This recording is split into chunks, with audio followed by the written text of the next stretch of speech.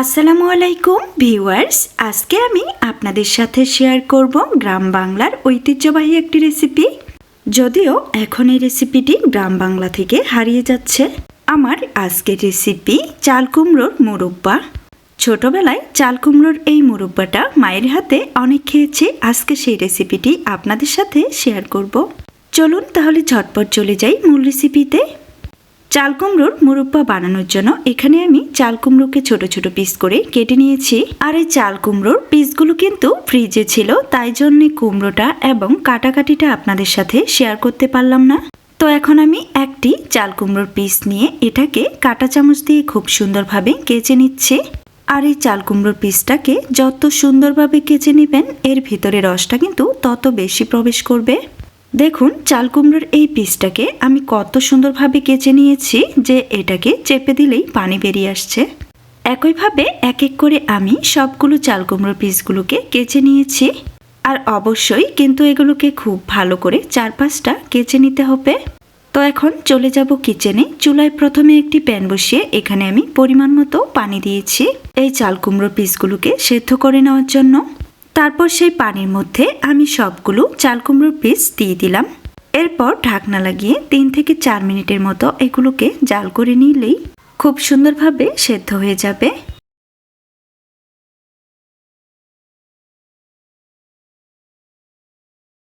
এই পর্যায়ে দেখুন ঢাকনাটা উঠিয়ে নিলাম। এখন কিন্তু চাল কুমড়োর এই পিসগুলো খুব সুন্দরভাবে সেদ্ধ হয়ে গিয়েছে। তো এগুলোকে আমি প্যান থেকে উঠিয়ে নিয়েছি।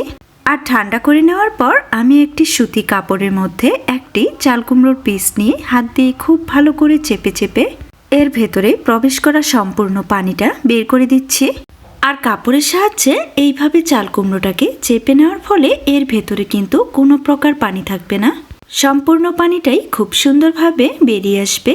তো একইভাবে আমি কিন্তু সবগুলো চাল কুমড়োর পিস চেপে নিয়েছি। এখন চলে যাব মূল রান্নায়। প্রথমে চুলায় একটি প্যান বসিয়ে এখানে আমি 1 টেবিল চামচ পরিমাণ তেল দিয়েছি। তেলটা একটু গরম হয়ে আসার পর এখানে দিয়ে দিলাম 2টি তেজপাতা, 4 পিস সাদা এলাচ। তারপর এখানে দিয়ে দিলাম আগে থেকে চেপে রাখা চাল কুমড়োর পিসগুলো। সবগুলো কুমড়োর পিস এখানে দেওয়ার পর নেড়েচেড়ে খুব সুন্দরভাবে ভেজে নিচ্ছে। আর এই পর্যায়ে চুলার আঁচটা কমিয়ে এই কুমড়োর পিসগুলোকে ভেজে নিতে হবে, তা না হলে এই কুমড়োর পিসগুলো কিন্তু পুড়ে যাবে। হালকা আছে অনবরত নেড়েচেড়ে আমি কিন্তু এই কুমড়োর পিসগুলোকে খুব সুন্দরভাবে ভেজে নিব।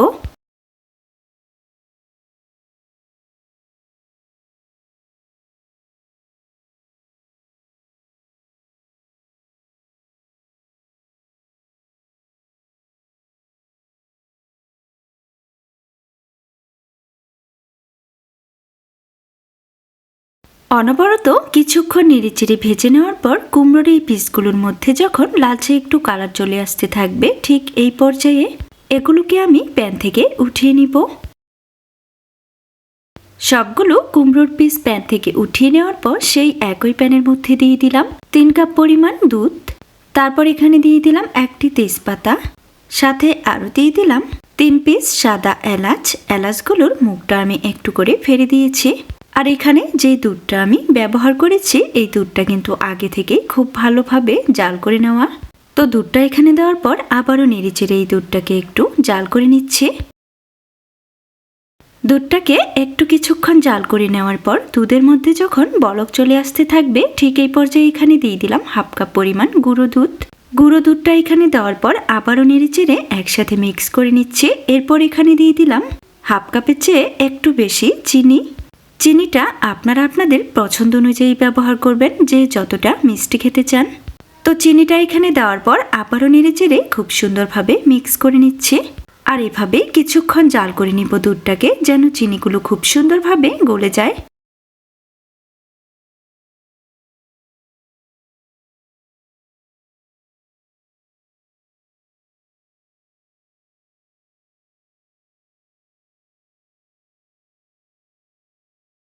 অনবরত কিছুক্ষণ জাল করে নিয়ে দুধটা যখন অনেকটাই ঘন হয়ে আসবে, এই পর্যায়ে এখানে দিয়ে দিব আগে থেকে ভেজে রাখা কুমড়োর পিসগুলো। কুমড়োর পিসগুলো এখানে দেওয়ার পর আবারও কিছুক্ষণ নেড়েচেড়ে এগুলোকে জাল করে নিব।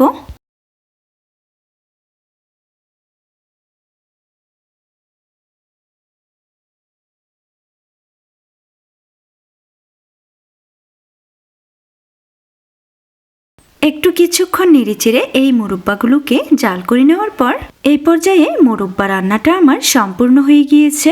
এখন ঢাকনা লাগিয়ে রেখে দিব সারা রাতের জন্য। আমি যেহেতু এগুলোকে রাতে রান্না করেছি তাই জন্য সকালবেলা আপনাদেরকে পরিবেশন করে দেখিয়ে দিচ্ছি। দেখুন চাল কুমড়ার এই মুরব্বাগুলো মালাই রসে ফুলে কেমন টুপটুপ হয়ে গিয়েছে।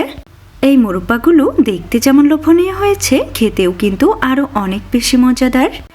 একবার এইভাবে চাল কুমড়োর মুরব্বা বানিয়ে খেলে আপনি তো এর স্বাদ ভুলতেই পারবেন না। আশা করছি আমার আজকের এই চাল কুমড়োর মুরব্বা রেসিপি সবার কাছে অনেক ভালো লেগেছে। আর যদি ভালো লাগে তাহলে বাসায় অবশ্যই একবার ট্রাই করবেন এবং কমেন্টে আমাকে অবশ্যই জানাবেন কেমন হয়েছিল আপনাদের রেসিপিটি।